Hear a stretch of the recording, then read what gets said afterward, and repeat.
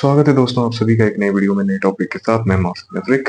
तो आज हम डिस्कस करने वाले हैं कुछ एक्सरसाइजेस जो कि होंगी हमारे ट्रैप्स के लिए। और मल्टीपर्पज एक्सरसाइज है वो ट्रैप के साथ साथ शोल्डर को भी ट्रेन कर देगी, अच्छा पंप उसमें आ जाएगा।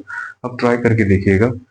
और दूसरा हमारा होगा फोर आर्म्स, जिसे बहुत लोग, बहुत क्या, ज्यादातर लोग, मतलब कोई उसको अलग से ट्रेन करता ही नहीं, उसको ज्यादातर लोग इग्नोर कर देते हैं। तो इग्नोर आपको नहीं करना है, ठीक है।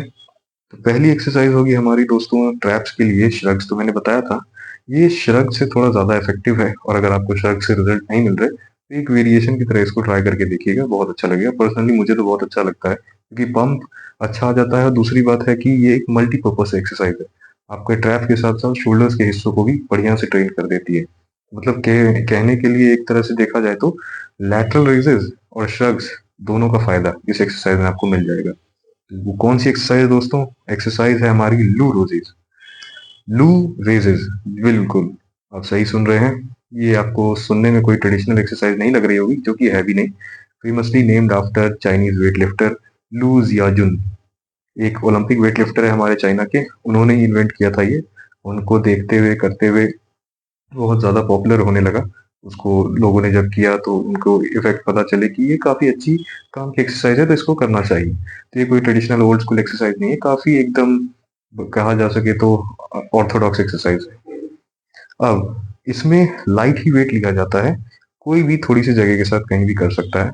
वेट लाइट इसलिए लिया जाता है क्योंकि इसका जो रेंज ऑफ मोशन है, जो जगह आपको कवर करना पड़ता है वो बहुत ज्यादा कवर करना पड़ता है। और आपको अपने हाथों को, बाजुओं को, इसमें सब एकदम इन्वॉल्व रहते हैं। तो उसको ज्यादा तनाव ना पड़े और इंजरी नहीं हो, इसीलिए इसमें लाइट वेट से ही आपको करने की एक्सरसाइज है। इसमें हैवी जाना ही नहीं। जैसे शोल्डर के लैटरल रेज, कुछ कुछ एक्सरसाइज होते हैं जिसमें आपको हैवी जाने की जरूरत नहीं है, वो है ही आपको लाइट वेट से ट्रेन करने के लिए। अब करना कैसे है? अब इस तरह से दो कम वजन वाले डंबल लेने हैं आपको। खासकर अगर आप बिगिनर हैं तो अब देखिए, शुरुआत आपको कम वजन से ही करना है। धीरे धीरे जैसे स्ट्रेंथ बढ़ती है तब आप वेट ऐड कर सकते हैं, लेकिन ये आपका कम वजन में ही काम हो जाएगा। फिर हाथों को कुछ इस तरह से रखना है, ऐसे, यूं वेट को लेके, एंड देन आपको ऊपर लेके जाना है कुछ इस तरह से।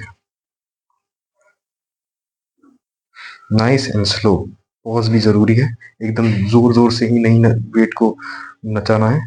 अब इसको पीछे से करके दिखाता हूं तो आपको पता चलेगा।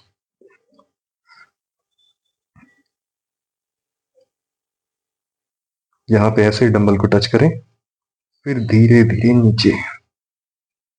मैंने जो कल शॉट अपलोड की थी बिल्कुल उसी तरह।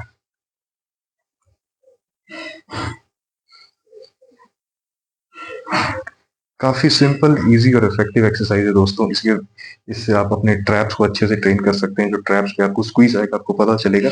दूसरा, शोल्डर के हिस्से हैं आगे पीछे के, वो भी इसमें ट्रेन हो जाते हैं, जो हमारे डेल्टॉइड्स है। तो ये हो गए हमारे लू रेजेस।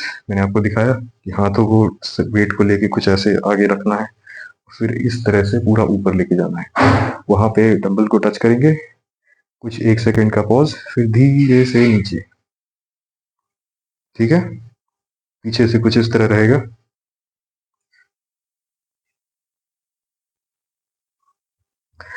बहुत ही सिंपल, इफेक्टिव और मल्टीपर्पज एक्सरसाइज है आपके अपर बैक और शोल्डर को ट्रेन करने के लिए।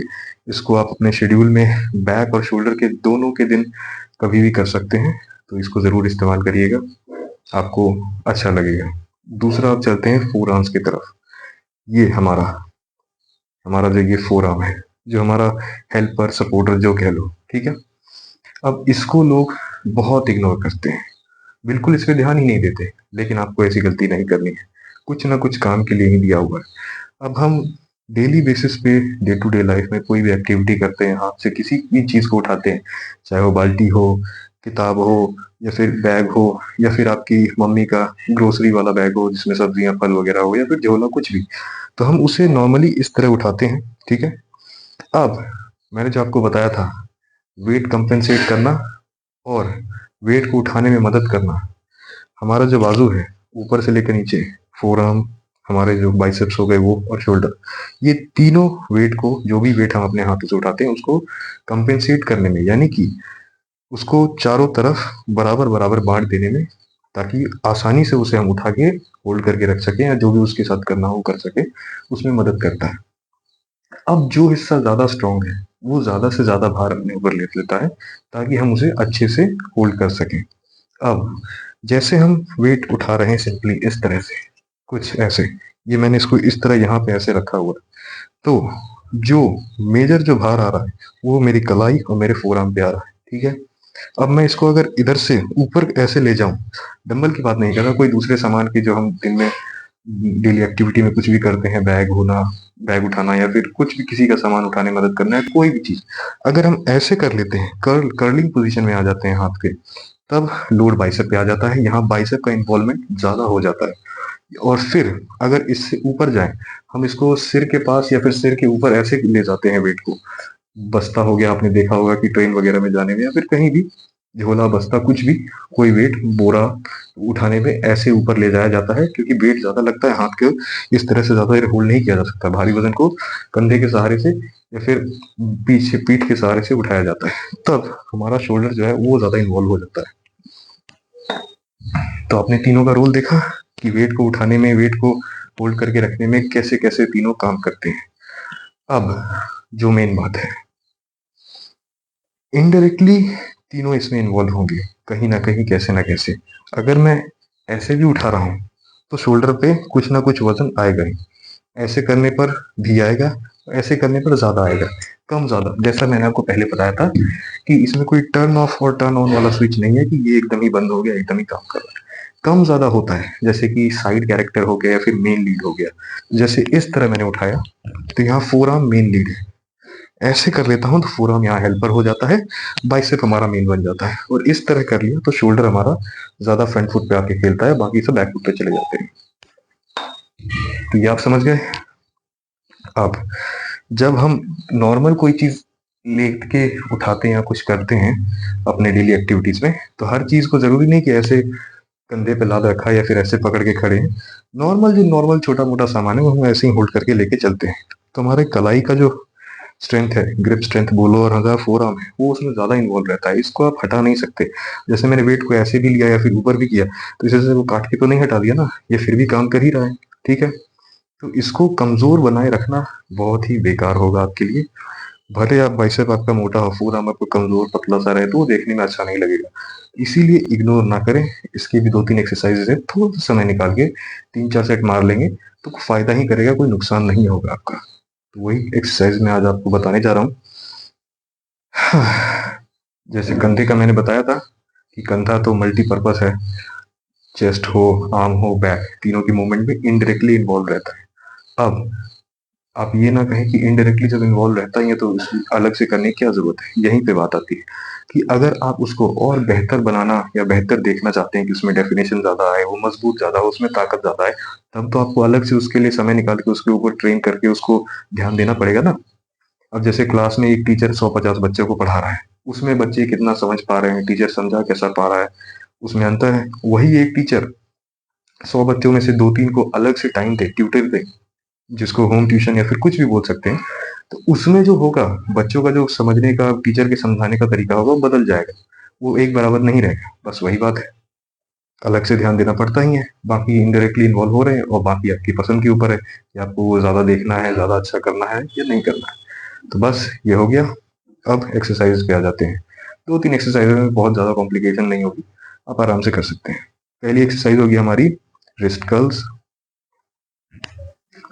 ऐसे तो खड़े खड़े भी किया जा सकता है, लेकिन अगर आप स्टेबिलिटी के लिए एक कोई सरफेस ले ले, जैसे बेंच, स्टूल वगैरह, तब आपका जो ज्यादा से ज्यादा उसका जो मैक्सिमाइज कर पाएंगे अपने ग्रोथ, ठीक है।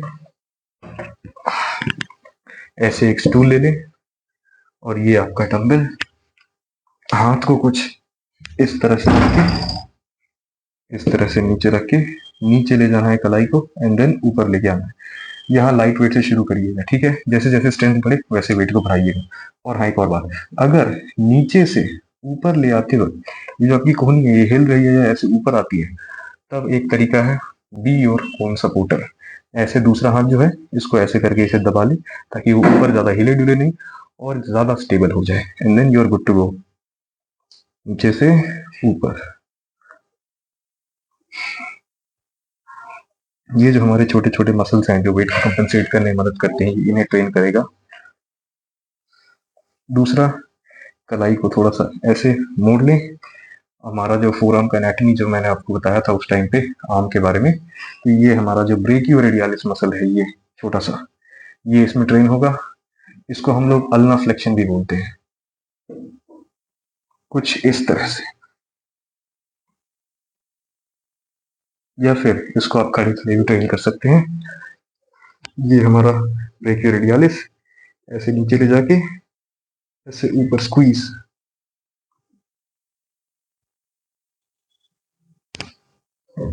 और तीसरी एक्सरसाइज होगी हमारी रिस्ट ट्विस्ट।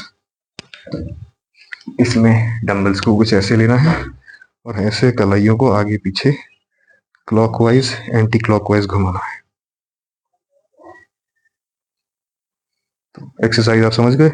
पहले कर्ल्स, जिसको आप खड़े खड़े से ज़्यादा मैं प्रेफर करूंगा कि आप कोई सपोर्ट ले लें। उसके बाद ये ब्रेकियोरेडियालिस के लिए, ताकि बाहर से जो अपीयरेंस हो वो बीफी और बल्की हो। और फिर रिस्ट कर्ल्स कुछ ऐसे। देखिए, आप हड्डी का साइज तो बढ़ा नहीं सकते, लेकिन मसल्स को ट्रेन करके उसमें अच्छा पंप या उसमें अच्छा मास अगर आ जाए तो एक छलावा क्रिएट कर सकते हैं साइज बड़े होने का। हड्डी तो आपकी उतनी ही रहेगी। तो ये एक्सरसाइजेस हमारी ब्रेकियोरेडियालिस और ये जो आजू बाजू के छोटे बहुत मसल्स हैं, इनको ट्रेन करने में काम आएगी। आपका फोर आर्म काफी स्ट्रेंथन हो जाएगा। तो ट्रैप्स के बारे में मैंने आपको बताया, ट्रैप्स और शोल्डर की मल्टीपर्पज एक्सरसाइज, ग्लू रेसेस, और बाकी ये फोर आर्म्स के लिए। ठीक है, होप करता हूँ आपको कुछ अच्छा लगा हो, कुछ समझ जान पाए हो, कुछ नया, कुछ आपके काम का। अब मिलते हैं अगली वीडियो में नए टॉपिक के साथ। धन्यवाद।